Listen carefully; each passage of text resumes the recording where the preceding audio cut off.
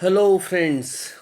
I once again welcome you in our today's online class, and we have been learning and discussing the lesson Indigo by Louis Fisher.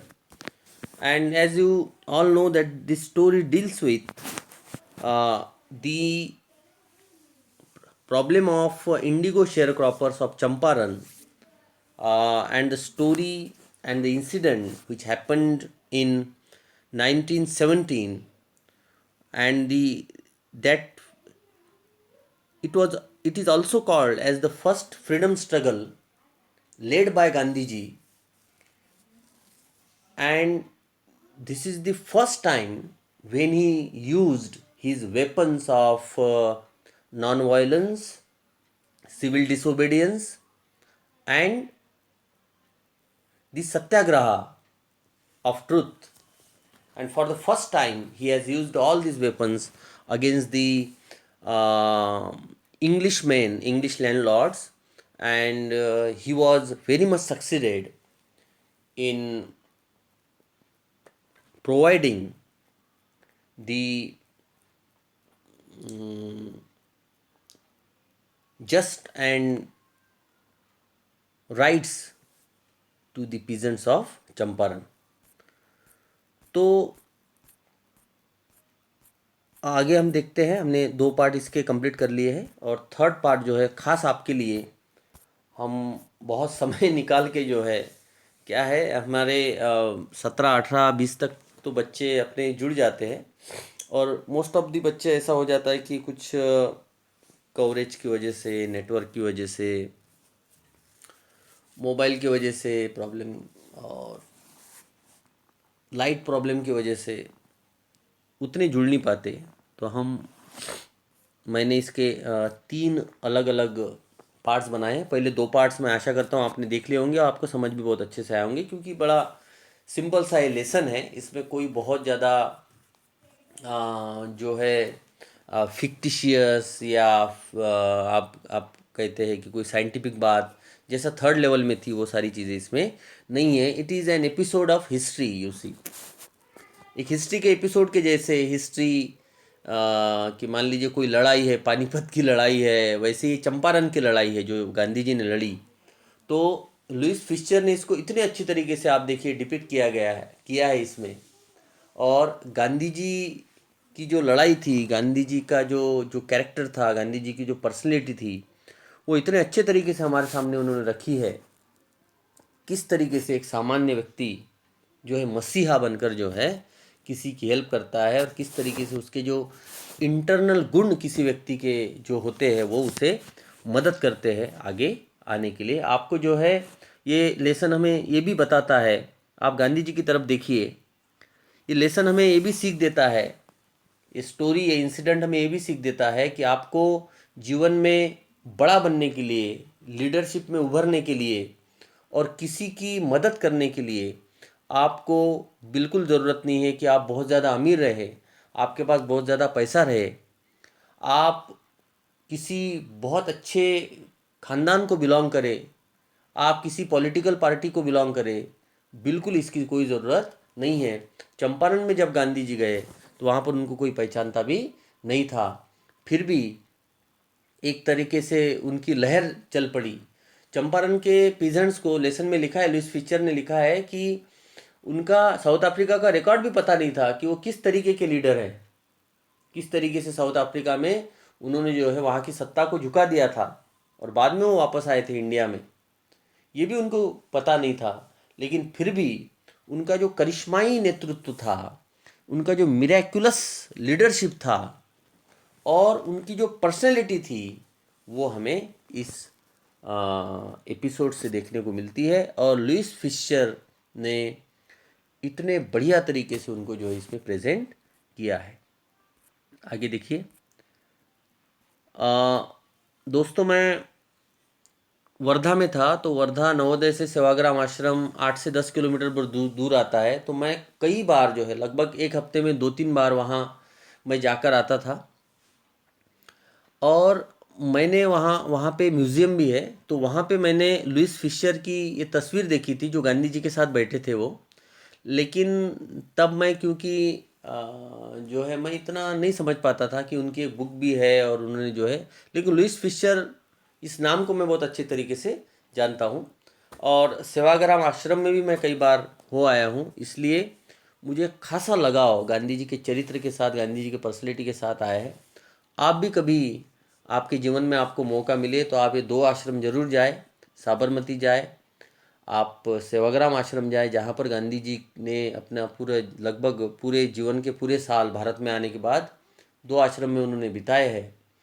आपको एक अलग अनुभूति, एक अलग आध्यात्मिक आनंद का अनुभव वहाँ पर होगा कि कैसे एक व्यक्ति जो कोई कहीं का जो है कहीं का सम्राट नहीं है, कोई किसी मंदिर में कोई वो भगवान नहीं है, फिर भी आप इन आश्रम में उसके जाएंगे तो आपको किसी मंदिर में जाने जैसी फीलिंग आपको ज़रूर वहाँ पर आएगी। मैंने खुद ये चीज़ जो है सेवाग्राम में अनुभव की है, उनका जो आश्रम है वर्धा में। और वहाँ की उनकी गौशाला जो है वो भी देखने लायक है।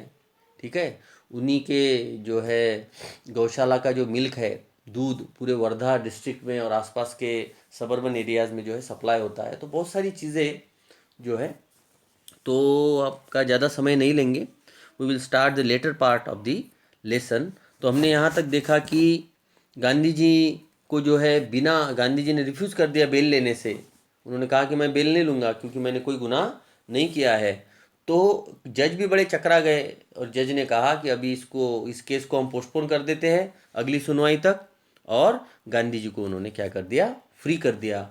और जो आदेश पारित हुआ था गांधी जी के खिलाफ कि वो चंपारण में छोड़कर चले जाए, उस आदेश को भी निरस्त कर दिया गया, लेकिन केस अभी भी कोर्ट में है। राजेंद्र प्रसाद, ब्रिजकिशोर बाबू, मौलाना मजरुल हक and several other prominent lawyers had arrived from Bihar. तो जैसा हमने देखा कि उनके अरेस्ट के एक दिन पहले गांधी जी ने जो है टेलीग्राम किए थे राजेंद्र प्रसाद को, और उन्होंने कहा था कि कुछ इन्फ्लुएंशियल लोगों के साथ वो बिहार के वो मोतिहारी पहुंच जाए। तो वो सारे के सारे लीडर्स, आप इनके बारे में ज़रूर पता करिए, सर्च करिए। राजेंद्र प्रसाद, ब्रिजकिशोर बाबू, मौलाना मजरुल हक और कई सेवरल अदर प्रोमिनेंट लॉयर्स, वहाँ के बड़े ही इम्पोर्टेंट लॉयर्स जो है वो गांधी जी से मिलने वहाँ पर आए। दे कन्फर्ड विद गांधी, उन्होंने जो है गांधी जी से डिस्कशन किया इस मैटर के ऊपर। What would they do if he was sentenced to prison, Gandhi asked. Gandhi ji ने उनसे पूछा कि मान लीजिए अगर वो प्रिजन चले जाते हैं, उनको जेल हो जाती है, तो वो क्या करेंगे। Why, the senior lawyer replied, they had come to advise and help him. If he went to jail there would be nobody to advise and they would go home. एक senior lawyer ने उनसे कहा कि अगर वो jail चले जाते हैं गांधी जी, तो उनको, वो तो वहाँ एडवाइस देने के लिए आए हैं, तो उनको एडवाइस देने वाला कोई नहीं होगा। ठीक है ना, किसको एडवाइस वो देंगे, वो अपने घर चले जाएंगे। तो वहाँ के लॉयर्स जो थे वो एक अजनबी जैसा थोड़ा सा बर्ताव उनसे कर रहे थे गांधी जी के साथ। लेकिन एक तरफ ये था कि पूरे चंपारण के पीजेंट्स जो है और कई सारे वहाँ के लॉयर्स भी जो है अभी गांधी जी के साथ जुड़े थे। फिर गांधी जी ने कहा कि what about the injustice to the sharecroppers. अरे ये तो मेरी बात है, चलिए ठीक है, लेकिन जो इनजस्टिस हो रहा है शेयर क्रॉपर्स के साथ, उसका क्या किया जाए, उनके साथ जो अन्याय हो रहा है। Gandhi ji demanded, the lawyers withdrew to consult. Lawyers जो है कंसल्ट करने लगे, आपस में बातचीत उन्होंने की कि जो गांधी जी जो बात की कर रहे हैं उसके संदर्भ में कुछ उन्होंने कंसल्टेशन किया। उसके बाद राजेंद्र प्रसाद का स्पीच हुआ। Rajendra Prasad has recorded the upshot of their consultations. तो जैसे मिनट्स लिखते हैं ना मीटिंग के मिनट्स, तो उसको बोलते हैं अपशॉट। तो उन्होंने जितने भी अपशॉट थे, जितने भी डिटेल्स थे उनकी मीटिंग के, वो गांधी जी को आकर बताया। और उन्होंने कहा कि they thought among themselves that Gandhi was totally a stranger and yet he was prepare to go to prison for the sake of the prisoners. Rajendra Prasad ने कहा कि वो लोग ये सोच रहे थे, they thought amongst themselves that Gandhi was totally a stranger and yet he was prepared to go to prison for the sake of peasants. If they, on the other hand, being not only residents of the adjoining districts but also those who claimed to have served these peasants, should go home, if it would be shameful desertion. Okay, Rajendra Prasad ने कहा कि महात्मा गांधी जो है, ये गांधी जी जो यहाँ आए हैं, ये तो इन पीजेंट्स के लिए एकदम स्ट्रेंजर है, ठीक है, चंपारण के लिए एकदम स्ट्रेंजर है। तो एक स्ट्रेंजर व्यक्ति, एक अजनबी व्यक्ति जो इनको जानता भी नहीं, पहचानता भी नहीं, वो इन लोगों के लिए, इनके दुखों के लिए, इनके खिलाफ हो रहे अन्याय के लिए जेल जाने तक के लिए तैयार है। और एक हम है जो ये दावा करते हैं कि हम इन पीजेंट्स की सर्विस देते हैं, इनके केसेस हम लड़ रहे हैं, और हम जो है घर जाने की बात कर रहे हैं।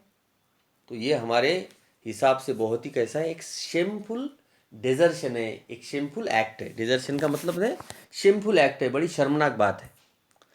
दे accordingly went back to Gandhi and told him they were ready to follow him into the jail. और वो गांधी जी के पास गए और उन्होंने कहा कि आपके साथ हम भी जो है जेल जाने के लिए तैयार है। तो पूरे के पूरे लॉयर्स, ऐसा मान के चलिए, मतलब पटना तक के लॉयर्स, तो पूरे चंपारण एरिया के लॉयर और बिहार के पूरे लॉयर्स मान लीजिए, उन्होंने गांधी जी का साथ देने का डिसीजन लिया। गांधी जी ने इसके ऊपर रिप्लाई दिया, the battle of Champaran is वोन। अंडरलाइन करिए और समझिए बहुत अच्छे से बात को। ये क्वेश्चन कई बार आता है कि क्यों गांधी जी ने कहा कि battle of Champaran is own. अभी भी डिसीजन आना बाकी था चंपारण के ऊपर, है ना। जो लेफ्टिनेंट गवर्नर थे उनका भी डिसीजन अभी आना बाकी है, लेकिन फिर भी गांधी जी ने पहले डिक्लेयर कर दिया कि battle of Champaran is won. Then he took a piece of he exclaimed, then he took a piece of paper and divided the group into pairs and put down the order in which each pair was to court arrest.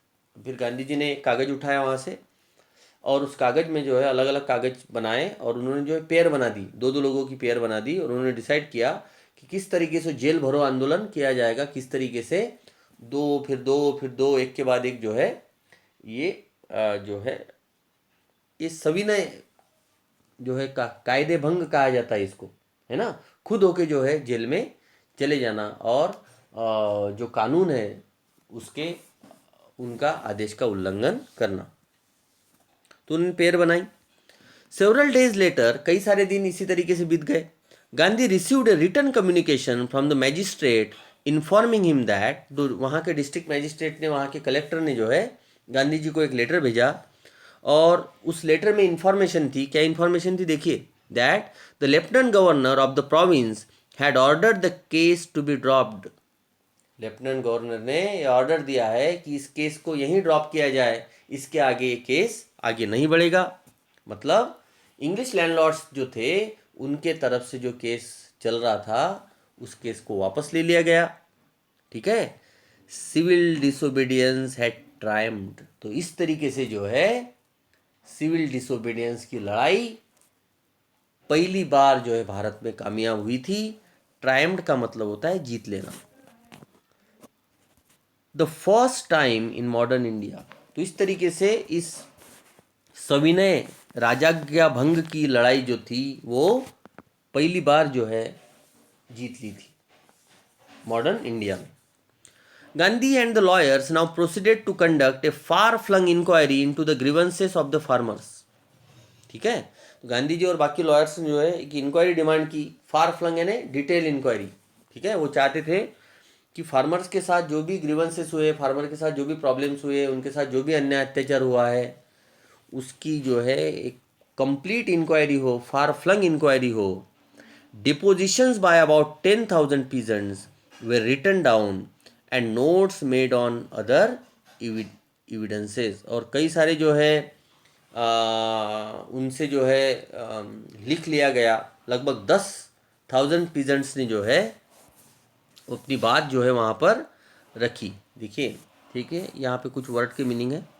Deposition का मतलब क्या होता है देखिए, out of court oral testimony of a witness that is reduced to writing for later use in court. ऐसा document जो बाद में कोर्ट में पेश किया जा सकता है, जैसे स्टैम्प पेपर। देखिए, आप मान लीजिए कोई लड़ाई करती है तो आपने नोटरी से लिखवा के लाते हैं ना कि इसके बाद मैं भाग के नहीं जाऊंगा, इसके बाद मैं लड़ाई नहीं करूंगा, तो उसको क्या बोलते हैं? एक तरीके से वो क्या है? डिपोजिशन से। तो डिपोजिशन जो है लगभग 10,000 फार्मर से लिखाया गया। And notes made on other evidence, documents were collected, the whole area throbbed with the activity of the investigators and the vehement protests of the landlords.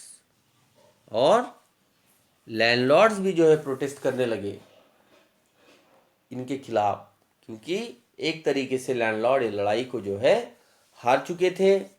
अब फार्मर की वहाँ पहली बार जीत हुई थी। ये मॉडर्न इंडिया में ही नहीं तो इंडियन हिस्ट्री में पहली बार ऐसा हुआ था कि इंग्लिश मैन जिनका कब्जा है भारत के ऊपर, उनकी हार हो चुकी थी, कोर्ट से उनकी हार हो चुकी थी।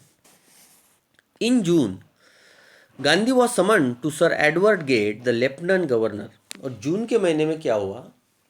गांधी जी को समन किया गया, गांधी जी को एक ऑर्डर भेजा गया। समन का मतलब होता है to call by force, to call by an official order, उसको बोलते हैं summon. To call someone by official order, summon. In June Gandhi was summon to sir Edward Gait. Edward Gait कौन है? नाम याद रखना, वो है वहाँ के लेफ्टिनेंट गवर्नर चंपारण एरिया के। Before he went, he met leading associates and again laid detailed plans for civil disobedience if he should not return. Gandhi ji ने सारे लॉयर्स की मीटिंग ली फिर से एक बार, राजेंद्र प्रसाद और वो सारे जो मजरूल हक वगैरह जो थे ना, सबकी मीटिंग ली। सारे एसोसिएट्स, उनके साथी जो थे, उनकी मीटिंग ली और एक पूरा प्लान बनवाया गया कि अगर गांधी जी को बुलवाया है, भाई राजा ने बुलवाया मान लीजिए, तो वहाँ के लेफ्टिनेंट गवर्नर ने बुलवाया है, तो अगर गांधी जी वापस नहीं आते हैं तो क्या प्लान होगा, ये भी डिस्कस किया गया। Gandhi ji had 4 protracted interviews with the lieutenant governor who as a result, Gandhi ji के जो है लॉन्गर देन यूजुअल इंटरव्यूज हुए। किसके साथ? देखिए, प्रोट्रैक्टेड है ना, मतलब जितना जरूरी था उससे ज़्यादा। और गांधी जी के 4 मीटिंग हुए लेफ्टिनेंट गवर्नर के साथ। एंड एज ए रिजल्ट उसके बाद क्या हुआ? Appointed as official commission of inquiry into the indigo sharecroppers situation. तो उसके बाद एक कमीशन बिठाया गया, एक इंक्वायरी बिठाई गई और उसमें दोनों पक्षों के लोग रहेंगे, शेयर क्रॉपर्स के भी पक्ष के लोग रहेंगे और इंग्लिशमैन के पक्ष के लोग रहेंगे। तो 4 मीटिंग के बाद ये डिसाइड हुआ कि ये इसका सॉल्यूशन कुछ निकालते हैं ना। कोर्ट में से तो वो केस ड्रॉप हो गई, लेकिन सॉल्यूशन उसका नहीं निकला है। The commission consisted of landlords. Commission में कौन कौन लोग थे ध्यान में रखिए? लैंडलॉर्ड्स थे, गवर्नमेंट ऑफिशियल्स थे and Gandhi as the sole representative of the peasants. तो उसमें कौन कौन थे? लैंडलॉर्ड्स थे और गवर्नमेंट का ऑफिशियल्स थे। तो ये तो सब एक तरफ से हो गए। और पीजेंट्स की तरफ से चंपारण के किसानों की तरफ से सिर्फ एक ही रिप्रेजेंटेटिव थे, एक ही प्रतिनिधि थे। वो कौन थे? Mahatma Gandhi. Gandhi remained in Champaran for an initial uninterrupted period of 7 months and then again for several shorter visits. तो इस एपिसोड में गांधी जी वहाँ पर जब गए तो लगभग 7 महीने वहाँ पर रहे और उसके बाद भी उन्होंने चंपारण में कई सारी विजिट्स किए। The visit undertaken casually on the entreaty of an unlettered peasant in the expectation that it would last a few days occupied almost a year of Gandhi's life. ठीक है ना? ये अनलेटर्ड पीजेंट कौन था? राजकुमार शुक्ला।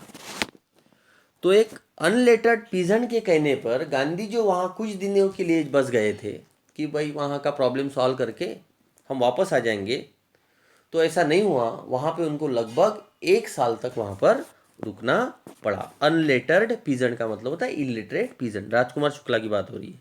आगे फिर क्या हुआ? देखिए सारे वर्ड के मीनिंग बहुत अच्छे तरीके से लिखे गए हैं।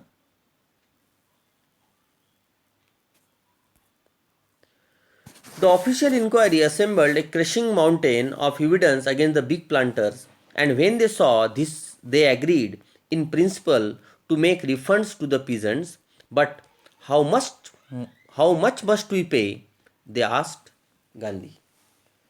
तो एक डिसीजन लिया उन्होंने कि ऑफिशियल इंक्वायरी में सब लोग असेंबल्ड हुए और कई सारे एविडेंस दे दिए गए कि इनके ऊपर जो है अन्याय और अत्याचार हुआ है। देखिए क्या बोलता है, crushing crushing mountain of evidence against the big planters. Big planters मतलब कौन है? इंग्लिशमैन। उनके खिलाफ कई सारे एविडेंस मिले। And when they saw this they agreed. जब उन्होंने एविडेंस देखे, गांधी जी ने सही कई सारे हजार पीजेंट्स के जो है एविडेंस जमा किए थे, सब ठीक है ना, पूरे वो दल बल के साथ जो है उनके खिलाफ लड़े थे।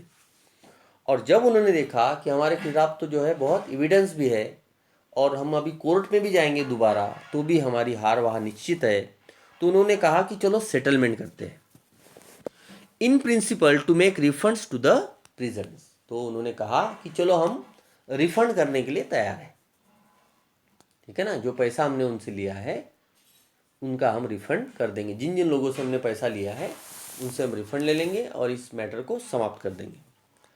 But how much must we pay? They asked Gandhi. उन्होंने गांधी जी से पूछा लेकिन हमको कितना पे करना पड़ेगा? They thought he would demand repayment in full of the money which they had illegally and deceitfully extorted from the sharecroppers। देखिए इलीगली का मतलब अन्यायपूर्ण तरीके से, डिसीटफुली यानी धोखेबाजी से, इलीगली यानी जो कानून में नहीं होता उसको इलीगल बोलते हैं, ठीक है ना। और जो इलीगली और डिसीटफुली, डिसीट का मतलब धोखा देना होता है। तो डिसीटफुली जो पैसा इन्होंने उनसे ले लिया था कुछ फार्मर्स से, तो कितना वापस करना पड़ेगा? तो सबको लगा कि गांधी जी जो है 100% की डिमांड करेंगे।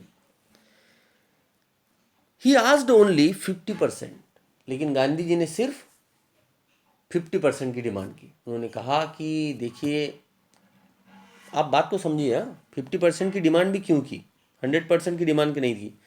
100% की डिमांड अगर करते तो पहले ही वो वहाँ के जो इंग्लिश में ज़रूर वो स्टेट धारक है पूरे, ज़रूर वो जो है बहुत अमीर है, पूरी ज़मीन, लेकिन चंपारण का जो किसान है वो उनके ऊपर आश्रित था। अभी भी उनकी खुद की अपनी कोई ज़मीन नहीं थी। उनकी रोजी रोटी का साधन आज भी वो इंग्लिश मैन की ज़मीनें थी। तो दे दोनों जो है एक दूसरे के पूरक थे। चंपारण की केस ये है, आज भी वो केस वहाँ हो सकती है। तो उनसे दुश्मनी नहीं, उन्होंने अन्याय किया है तो उसके खिलाफ आवाज़ वो जरूर उठाएंगे, लेकिन उनसे दुश्मनी भी जो है एकदम से ठीक नहीं थी। और गांधी जी जब तक वहाँ थे वो इस केस को सेटल करने में लगे हुए थे। तो गांधी जी ने कहा कि सिर्फ 50% जो है आप जो है हमको वापस कर दीजिए। देयर ही सीम्ड एडमंट, और यहाँ ऐसा लग रहा था कि वो एकदम एडमंट है, स्ट्रिक्ट है। एडमंट का मतलब क्या होता है?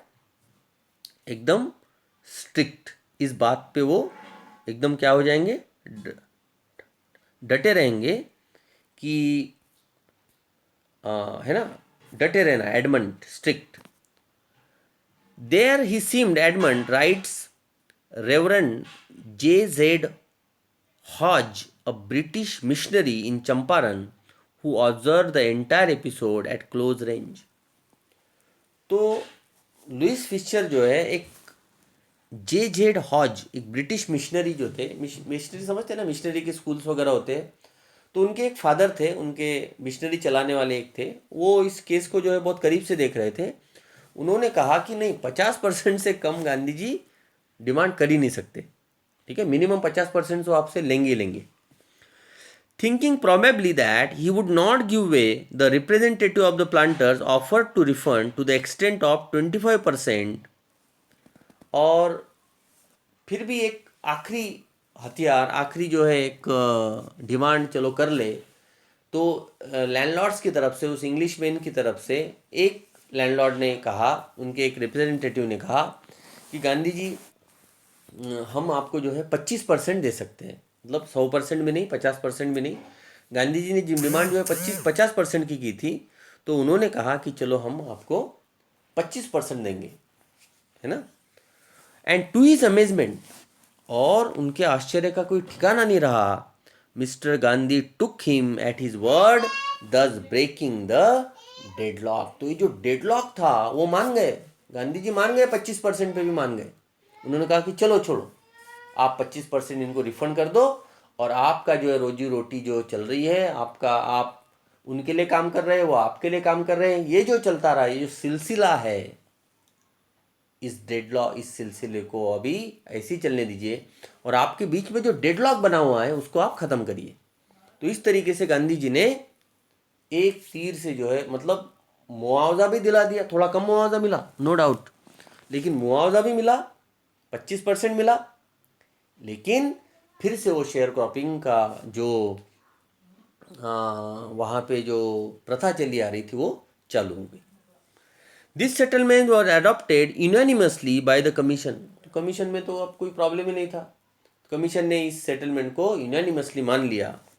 Gandhi explain that the amount of the refund was less important than the fact that the landlords had been oblige to surrender part of the money and with it part of their prestige. देखिए क्या बोलते हैं गांधी जी। गांधी जी बोल रहे हैं, जो ये बिल्कुल सही है कि जो अमाउंट ऑफ मनी हमको रिफंड के तौर पर मिला है, वापस मिला है, वो बहुत कम मिला है, लेकिन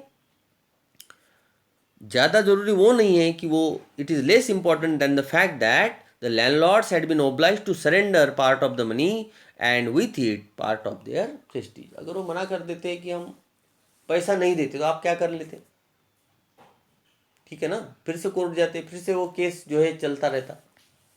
ठीक, ज़बरदस्ती तो आप उनसे जो है वो पैसा छीन नहीं सकते, क्योंकि वो आपसे पावरफुल है, और वो ज़्यादा ज़रूरी नहीं है। तो उन्होंने अपनी प्रेस्टीज दाव पर लगाई, उनका ईगो जो है, उनका जो अहंकार था, वो उन्होंने सरेंडर कर दिया, और इतना ही नहीं, उन्होंने पैसा भी अपना सरेंडर कर दिया। और इसके आने वाले समय में जो है, इस तरीके से जो है आपने उनके दिलों को जीता है, तो और उन्होंने माना है, वो पैसा देने के लिए तैयार हुए हैं, मतलब इसका मतलब यह है कि आप, उन्होंने माना है कि उन्होंने आपके साथ अन्याय और अत्याचार किया था, ठीक है। और इस तरीके से जो आपके रिलेशनशिप में भी कोई भेद नहीं आएगा। Therefore, as far as the peasants were concerned, the planters had behaved as lords above the law. और अब तक जो है देखिए, had behaved, हाँ, पहले की बात बता रहा है। और अब तक तो पीजेंट्स के नज़र में तो क्या था कि वो लॉर्ड्स जैसे बिहेव करते थे पहले, है ना, एकदम भगवान के जैसे बिहेव करते थे ये पीजेंट्स के खिलाफ। लेकिन अब पीजेंट ये लड़ाई जो है जीते थे, और लड़ाई नहीं जीते थे तो उनको रिफंड भी मिलने वाला था। Now the peasant saw that he had rights and defenders, he learned courage. पहली बार जीवन में ऐसा हुआ है, उनके उनके जनरेशन्स में ऐसा हुआ है कि उन्होंने साहस सीखा है। दे लर्नड करेज। वहाँ का जो पीजेंट है, उसने देखा पहली बार कि अब उनके पास अधिकार है। कमीशन में सेटलमेंट होने का मतलब है, तो कमीशन जो है कोर्ट का कमीशन है, समझते हैं ना आप, न्यायिक कमीशन है, वो न्यायिक जांच हुई है वहाँ पे, और कोर्ट ने जो है इनको आदेश पारित किया है कि वो रिफंड उनको करेंगे, और जो सेटलमेंट है पुराना, वो एज इट इज़ चलता रहेगा। Event justifies Gandhi's position. और गांधी जी ने जो पोजीशन उस समय ली थी, हो सकता है कई लोगों को जो है वो अच्छी नहीं लगी होगी, लेकिन बाद में जो है उनकी जो पोजीशन थी वो जस्टिफाई हो गई, वो सही साबित हुई। क्या हुआ, with in a few years, कुछ ही सालों बाद, मुझे शायद याद है कि शायद 1921 में, with in a few years the British planters abandon their estates. और ब्रिटिश प्लांटर्स ने क्या किया, उनके स्टेट्स जो है उन्होंने सब छोड़ दी, मतलब वो ज़मीनें जो थी वो लीज पर दे देकर वहाँ से वो चले गए। समझ रहे हैं आप? वो इन्हीं की ज़मीनें थी, वो किसानों की, जो उन्होंने हत्या ली थी, और वो ज़मीनें जो है अबेंडन कर दी उन्होंने, देकर वो चले गए। And which reverted to the peasants, और रिवर्टेड है ना रिवर्स, रिवर्टेड का मतलब होता है रिवर्स बैक टू पीजेंट। उन्होंने सारी की सारी अपनी ज़मीनें वो पीजेंट्स को दान कर दी, पीजेंट्स को वापस दे दी, या बहुत कम पैसे में उनको वापस कर दी। इंडिगो शेयर क्रॉपिंग डिसअपियर्ड, और इसी तरीके से जो है जो इंडिगो शेयर क्रॉपिंग था वो भी क्या हो गया, वो भी खत्म हो गया। ठीक है, आगे देखिए आप। अब थोड़ा सा अलग एपिसोड यहाँ से शुरू होता है। Gandhi never contented himself with large political और इकोनॉमिक सॉल्यूशंस। गांधी जी जो है कभी भी जो है बहुत लॉन्ग टर्म सॉल्यूशन के बारे में कभी भी नहीं सोचते थे। He saw the cultural and social backwardness in the Champaran villages and wanted to do something about it immediately. और वो चाहते थे कि, उन्होंने देखा कि चंपारण में जो है बहुत ही बैकवर्डनेस है, कल्चरल सोशल सामाजिक तौर पर जो है लोग बहुत पिछड़े हैं, कल्चरल तौर पर भी जो वो है बहुत पिछड़े हैं, पढ़ाई की सुविधा नहीं है, सैनिटेशन की सुविधा नहीं है। और उन्होंने डिसाइड किया कि थोड़ा सा चंपारण में रहकर जो है चंपारण को सुधार कर वो जाएंगे। ही अपील्ड फॉर टीचर्स, तो सबसे पहले उन्होंने एक काम किया कि उन्होंने टीचर्स को बुलावा भेजा। मतलब उन्होंने कहा कि कुछ टीचर्स अगर हमें मिल जाए तो हम यहाँ कुछ स्कूल्स वगैरह खोल सकते हैं। तो क्या हुआ, महादेव देसाई, आपको पता होगा ये उनके पर्सनल सेक्रेटरी भी रहे बाद में। Mahadev Desai and Narhari Parikh, two young men who had just join Gandhi as disciple, जो अभी अभी गांधी जी के शिष्य बने थे। कौन कौन?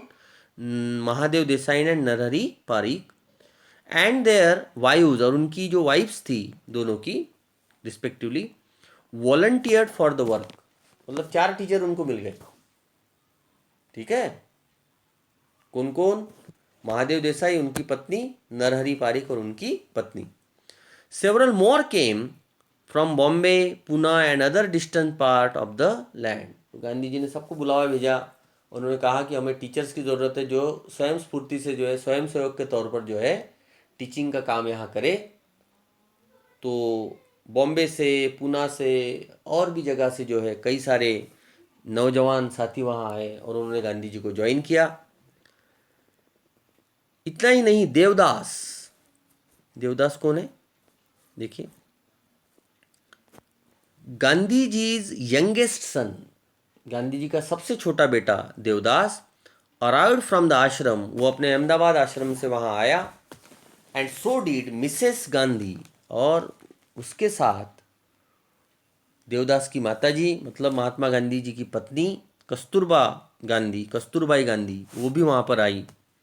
Primary schools were open in 6 villages, primary school open किए गए लगभग 6 विलेजेस में। चंपारण के 6 विलेज में उस समय प्राइमरी स्कूल को ओपन किया गया। कस्तूरबाई टॉट द आश्रम rules on personal cleanliness and community sanitation. एक तरीके से नया युग का प्रारंभ चंपारण में हो गया। कस्तूरबा भी वहाँ पहुँची, कस्तूरबा, महात्मा गांधी का बेटा देवदास भी वहाँ पे पहुँचे, और उन सब ने जो है चंपारण को सुधारने का काम शुरू किया। वहाँ पर सैनिटेशन का काम होने लगा, साफ सफाई का काम होने लगा, क्लीनलीनेस का काम होने लगा, और आश्रम के रूल्स जो है चंपारण के लोगों को वो समझाने लगे। कस्तूरबाई ने वहाँ पर जो है बढ़ चढ़ कर हिस्सा लिया। देखिए देवदास है, देवदास मोहनदास गांधी। गांधी जी के 4 पुत्र थे, 4 पुत्र में से सबसे यंगेस्ट थे देवदास, है ना। Devdas Mohandas Gandhi was the 4th and youngest son of Mohandas Karamchand Gandhi. He was born in South Africa and returned to India with his parents as a young man. वो साउथ अफ्रीका में उनका जन्म हुआ था और वो उनके पेरेंट्स के साथ वापस आए थे। ठीक है, आगे देखिए क्या बोलते हैं। Health conditions were miserable, health condition जो है बड़ी मिजरेबल थी। Gandhi got a doctor to volunteer his services for 6 months. Gandhi ji ने एक डॉक्टर को हायर किया, वहाँ पे डॉक्टर को बुलाया, वो वहाँ पे 6 महीने तक रहा। 3 मेडिसिन्स वेयर अवेलेबल, 3 मेडिसिन थी उनके पास, कैस्टर ऑयल, क्विनाइन और सल्फर ऑइनमेंट। ये बस आप याद रखिए, हाँ 3 चीज़ें थी उनके पास। कैस्टर ऑयल था, क्यूनाइन था और सल्फर ऑइंटमेंट था। ऑइंटमेंट सल्फर का ऑइंटमेंट था जख्म पर वगैरह लगाने के लिए। Anybody who showed A coated टंग, अगर किसी के जीभ में प्रॉब्लम होता, was given A dose of castor oil, उनको कैस्टर ऑयल दिया जाता। Anybody with malaria fever received quinine plus castor oil, और किसी को मलेरिया और फीवर है तो उनको काय का डोज दिया जाता, क्विनिन प्लस कैस्टर ऑयल का डोज उनको दिया जाता। ठीक है। And anybody with skin eruption, और किसी को स्किन का कोई प्रॉब्लम है, received ointment plus castor oil. तो कैस्टर ऑयल वाली दवाई जो है सबको दी जाती और कई सारे रोगियों को उन्होंने ठीक भी किया। ठीक, सिर्फ गांधी जी ने वहाँ जाकर जो है पीजेंट्स की हेल्प नहीं की, उनको न्याय दिलाने का काम नहीं किया, तो ये सारे कार्य भी वहाँ पर हुए। Gandhi notice the filthy state of women's clothes, Gandhi ji ने नोटिस किया कि बहुत खराब कपड़े जो है वहाँ की महिलाएं पहनती है। फिल्दी स्टेट, फिल्दी का मतलब गंदगी से भरी हुई। He asked Kasturbai to talk to them about it, उन्होंने कस्तूरबाई से कहा, कस्तूरबा से कहा, अपने वाइफ से कहा कि आप थोड़ा बात करिए इनसे कि क्यों इतने गंदगी में वो रहते हैं, क्यों इतने गंदे साड़ियाँ कपड़े वो पहनते हैं। One woman took Kasturbai into her hut and said, एक लेडी ने जो है कस्तूरबाई को अपने हट में ले गई, अपने झोपड़ी में ले गई और उनसे कहा, लुक, यहाँ देखिए, देर इज़ नो बॉक्स और cup board here for clothes, हमारे घर में कोई कपबोर्ड नहीं है, कोई क्लोथ्स नहीं है, कोई जो है रैक नहीं है रखने के लिए, कोई बॉक्स नहीं है। The sari I am weaning, जो साड़ी मैंने अभी पहनी है, is the only one I have, उन्होंने कहा कि जो साड़ी मैंने पहनी, वो महिला ने कहा कि जो साड़ी मैंने अभी पहनी हुई है, एक ही साड़ी मेरे पास है। ठीक है ना। गांधी फिल्म में भी ये सारी चीज़ें दिखाई हैं, ये सारी बातों को देख कर जो है महात्मा गांधी ने वो कपड़ों वाला डिसीजन लिया था कि वो जो है सिर्फ एक पंचे में जो है पूरा जीवन अपना गुजारेंगे। ठीक है। इम्पेथेटिक वो डिसीजन था। चलिए आगे बढ़ते हैं। During his long stay in Champaran, Gandhi kept a long distance watch too on the ashram, उनका जो आश्रम था उसके तरफ भी उनका ध्यान था अहमदाबाद में। He sent regular instructions by mail, वो खत लिखते रहते थे वहाँ पे। And asked for financial accounts, और फाइनेंशियल जो अकाउंट्स थे वहाँ के, फाइनेंशियल जो बातें चल रही थी वहाँ पे, उसकी भी जानकारी वो लेते थे। Once he wrote to the residents that it was time to fill in the old latrine trenches and dig new ones, otherwise the old ones would begin to smell bad. वहाँ से उन्होंने वहाँ पे आश्रम में लिखा और ऑर्डर्स दिए कि जो पुराने जो लैट्रिन के ट्रेंचेस मतलब जो गड्ढे जो भरे होते हैं ना, तो उन्होंने कहा कि उसको जो है अभी बदल दिया जाए, उसको भर दिया जाए और नए गड्ढे खोद दिए जाए, ताकि जो है वो पुराने उससे जो है वो गंदगी ना फैले।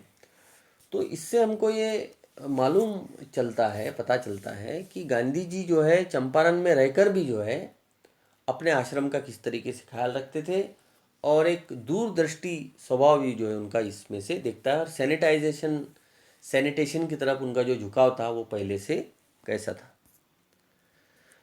ठीक है। देखिए अब थोड़ा सा लास्ट पार्ट की तरफ हम बढ़ रहे हैं, last time. Okay. The Champaran episode was a turning point in Gandhi's life, Gandhi ji के लाइफ में चंपारण एपिसोड जो था एक टर्निंग पॉइंट था। व्हाट आई डिड एक्सप्लेन, उन्होंने कहा कि मैंने जो कुछ भी किया है, किसको बता रहे कहानी, लुइस फिशर को। हाँ। और इसी इंटरव्यूज के आधार पर जो है उन्हें लुइस फिशर ने बाद में वो बुक लिखी है ना, लाइफ ऑफ महात्मा जो बुक थी वो। Yes. What I did he exclaim, Gandhi ji explain करते हैं कि व्हाट आई डिड, जो मैंने किया, was a very ordinary thing, जो भी मैंने किया वो एक एकदम ऑर्डिनरी चीज़ थी। I declare that the British could not order me about in my own country, मैंने डिक्लेयर कर दिया, उन्होंने कहा कि ब्रिटिश जो है वो मुझे ऑर्डर नहीं कर सकते, क्योंकि ये मेरा देश है। यहाँ की न्याय व्यवस्था ज़रूर उनके हाथ में होगी, लेकिन मैं उनके सामने गिड़गिड़ाऊंगा नहीं, वो मुझे किसी तरीके का ऑर्डर नहीं दे सकते, और अगर अगर उनका ऑर्डर अन्यायपूर्ण है तो उसको तो मैं बिल्कुल ही नहीं मानूंगा। But Champaran did not begin as an act of defiance. Defiance का मतलब होता है विरोध, डिफाइंस है ना, विरोध। But Champaran did not begin as an act of defiance, लेकिन चंपारण ही जो है सिर्फ फर्स्ट जो है वो नहीं था जो जिससे डिफाइंस शुरू हुआ था, जिससे विरोध शुरू हुआ था। It grew out of an attempt to alleviate the distress of large number of poor peasants. सिर्फ चंपारण की लड़ाई नहीं, इस विरोध का कारण सिर्फ चंपारण की लड़ाई नहीं थी, तो पूरे इंडिया में फैली हुई। एलिवेट का मतलब होता है नष्ट करना, खत्म करना, चेंज करना। जो डिस्ट्रेस है, डिस्ट्रेस यानी दुख, डिस्ट्रेस का मतलब होता है sadness of large number of poor peasants. तो जितने भी, सिर्फ चंपारण एरिया में नहीं, पूरे हिंदुस्तान में जितने पुअर पीजेंट्स है उन तक ये मैसेज पहुंचे कि कोई हमें ऑर्डर नहीं कर सकता, आप किसी के मंदुआ मजदूर नहीं है। This was the typical Gandhi pattern. ये जो पैटर्न था ये गांधी जी का अपना टिपिकल स्पेशल पैटर्न था, उसी तरीके से लड़ाई लड़ते थे। His politics were intertwined with the practical day to day problems of the millions. उनका बहुत लॉन्ग टर्म जो है वो सॉल्यूशन के लिए कभी भी काम नहीं करते थे। लुइस फिशर का कहना है उनका जो पॉलिटिक्स था वो छोटी मोटी प्रैक्टिकल बातें, जो प्रॉब्लम्स जो है सामान्य लोग फेस कर रहे हैं, पुअर लोग फेस कर रहे हैं, भारतीय जनता फेस कर रही है, उनको बस वो सॉल्व कर देते थे। It was a loyalty to living, he was not a loyalty to abstractions. Abstraction का मतलब होता है आइडियाज, एब्स्ट्रैक्शंस यानी आइडियाज, प्रिंसिपल्स। ठीक है, बोलते थे वो he was a man of principle, he was a man of ideas, but उससे बंधे नहीं थे वो। ठीक है, he was not, his was not a loyalty to abstraction. Loyalty का मतलब वफादारी, सिर्फ एब्स्ट्रैक्शंस के प्रति उनकी वफादारी नहीं थी, but it was a loyalty to living human beings. तो जो लिविंग ह्यूमन बींग्स है, जो आपके सामने कोई व्यक्ति है, आपके सामने भारतीय जनता है, वो अगर दुख में है तो उनको दुखों से उबारना सबसे पहला कर्तव्य महात्मा गांधी मानते थे। In everything Gandhi did, moreover, he tried to mold a new free Indian who could stand on his own feet and thus make India free. जो भी कुछ गांधी जी ने किया है, उन्होंने ये करने की कोशिश की कि जो भारतीय है, जो भारतीय व्यक्ति है, वो अपने पैरों पर खड़ा हो जाए और वो इतना साहसी बने कि वो भारत की आज़ादी में अंग्रेज़ों के खिलाफ आंदोलन में भी शामिल हो। टू मेक इंडिया एंड दस मेक इंडिया फ्री। वो चाहते थे कि भारत का हर एक व्यक्ति जो है सार्वभौम बने, भारत का हर एक व्यक्ति जो है वो आत्मनिर्भर बने, और वो इस तरीके से जो है भारत को फ्री करना चाहते थे। Early in the Champaran action, Charles Freer Andrews, कौन है ये? द इंग्लिश पैसिफिस्ट, एक इंग्लिश पैसिफिस्ट थे। ठीक है, पैसिफिस्ट का मतलब क्या होता है हमें देखेंगे, आप थोड़ा अच्छे समझिए। One who believes in adopting peaceful means rather than war और वायलेंस। पैसिफिस्ट का मतलब ऐसे व्यक्ति जो शांति में विश्वास रखते हैं, जो पीस में विश्वास रखते हैं। ऐसे एक इंग्लिश मैन थे वहाँ पे, Charles Freer Andrews, the English pacifist who had become a devoted follower of the Mahatma, came to bid Gandhi farewell before going on a tour of duty to Fiji islands. तो किसी अपने कर्तव्य के तहत, काम के तहत वो फिजी आइलैंड जाने वाले थे, और फिजी आइलैंड जाने से पहले वो गांधी जी से मिलने आए। और गांधी जी के तब तक क्या है, वो बहुत बड़े फॉलोअर बन चुके थे। गांधीज लॉयर फ्रेंड्स, गांधी जी के जो वकील साथी थे, गांधी जी खुद एक लॉयर थे, ठीक है ना, वो खुद एक बैरिस्टर थे, उनके जो लॉयर साथी थे, thought it would be a good idea for Andrews to stay in Champaran and help them. तो बाकी के साथियों ने गांधी जी के उनसे कहा कि एंड्रयूज से कहा कि आप जो है चंपारण में ही रहिए और गांधी जी की मदद करिए। Andrews was willing if Gandhi agreed. Andrews ने कहा कि मैं बिल्कुल तैयार हूँ यहाँ रहने के लिए, लेकिन मैं तभी यहाँ पर रहूँगा अगर गांधी जी मान जाते हैं। But Gandhi was vehemently opposed. लेकिन गांधी जी ने प्रोटेस्ट किया, गांधी जी ने इस बात को अपोज किया। क्यों अपोज किया, देखिए।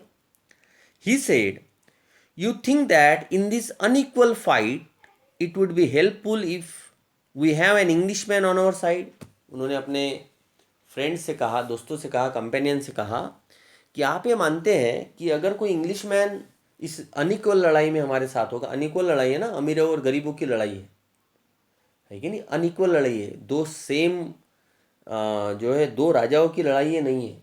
ये लड़ाई किसकी है, ये लड़ाई है गुलामों की और जो उनके ऊपर कब्जा कर लिए हैं उनकी। ये ऑप्रेसर और ऑप्रेस्ड की लड़ाई है। तो इस अनइक्वल लड़ाई में उन्होंने कहा, गांधी जी के फ्रेंड्स से गांधी जी ने कहा कि आप लोगों को ये लगता है कि कोई इंग्लिशमैन हमारा साथ देगा तो हमें इस लड़ाई में मदद मिलेगी। This shows the weakness of your heart. मुझे इसमें आपके हार्ट का वीकनेस समझ में आता है, मुझे जो है कमजोरी आपकी समझ में आती है। The cause is just. हमारा जो कॉज है, लड़ाई का जो कॉज है हमारा, जो लड़ाई का जो कारण है हमारा, वो जस्ट है, वो न्यायपूर्ण है। And you must rely upon yourself to win the battle. और आप ही को उनके खिलाफ खड़े रहना पड़ेगा। आपको किसी के बैसाखी का सहारा लेने की ज़रूरत नहीं है। वो कब तक आपकी हेल्प करेंगे। You should not seek a prop in Mr Andrews because he happens to be an Englishman. Prop का मतलब होता है help, prop and a help. आपको जो है मिस्टर एंड्रयूज में एक हेल्प नहीं खोजनी चाहिए कि एक इंग्लिश मैन है इसलिए वो हमारी हेल्प करेगा और इस वजह से हम इस लड़ाई को जो और अच्छे तरीके से जीतेंगे और एक दिन अंग्रेज़ों को जो है भारत से बाहर कर देंगे। नहीं, हमें खुद जो है कुछ करना पड़ेगा, तब जाके ये लड़ाई हम जीत पाएंगे। तो इस तरीके से आत्मनिर्भरता पर जो है महात्मा गांधी का जोर था। He had read our minds correctly, Rajendra Prasad comments. Rajendra Prasad ji ने कहा कि गांधी जी जो है हमारे माइंड्स को करेक्टली समझते थे। And we had no reply, और हमारे पास कोई रिप्लाई नहीं था। Gandhi in this way taught us a lesson in self reliance. तो इस तरीके से गांधी जी ने हमको सेल्फ रिलायंस क्या है, आत्मनिर्भरता क्या है, वो सिखाई थी कि हमें किसी के आश्रय पे नहीं रहना है। हमारी लड़ाई जो है हमको खुद को लड़ना है, हमें कोई जो है सहारा नहीं देगा। Self reliance, yes, Indian independence and help to share croppers were all bound together. तो लुईस फिशर अपने लास्ट स्टेटमेंट में बोलते हैं कि जी हाँ, गांधी जी ने सिखाया हुआ सेल्फ रिलायंस, आत्मनिर्भरता, ठीक, देखिए यहाँ पे दिया है सेल्फ सफिशिएंसी, सेल्फ सपोर्ट, ठीक है, सेल्फ सफिशिएंसी, आत्मनिर्भरता, ठीक है, खुद का हेल्प खुद ही करना, self reliance, Indian independence and help to share croppers. ये सारी की सारी चीज़ें जो है एक दूसरे से जुड़ी हुई थी। और आगे चलकर ये चंपारण की लड़ाई जो है गांधी जी के लीडरशिप में जो है बहुत एक मील का पत्थर साबित हुआ।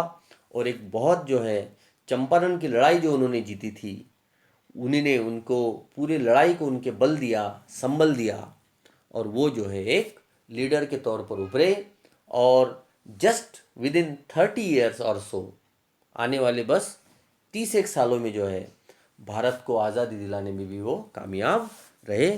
सो this is the lesson, wonderful lesson, indigo by Louis Fischer, which is on the life of Mahatma Gandhi and his help, aid to the sharecroppers of Champaran. So thank you so much. Thank you for your patience, and I wish you all the best. Thank you, बच्चों.